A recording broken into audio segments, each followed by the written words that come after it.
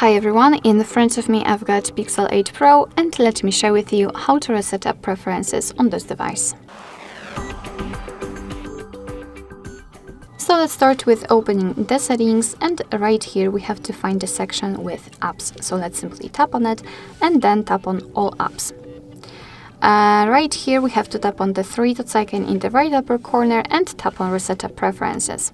And here of course your device is informing you what it will actually reset, so reset the preferences among others for disabled apps, default applications for apps and battery usage settings.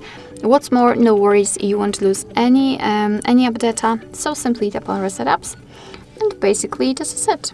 This is how to reset the preferences in this Pixel device. Thank you so much for watching. I hope that this video was helpful, and if it was, please hit the subscribe button and leave the thumbs up.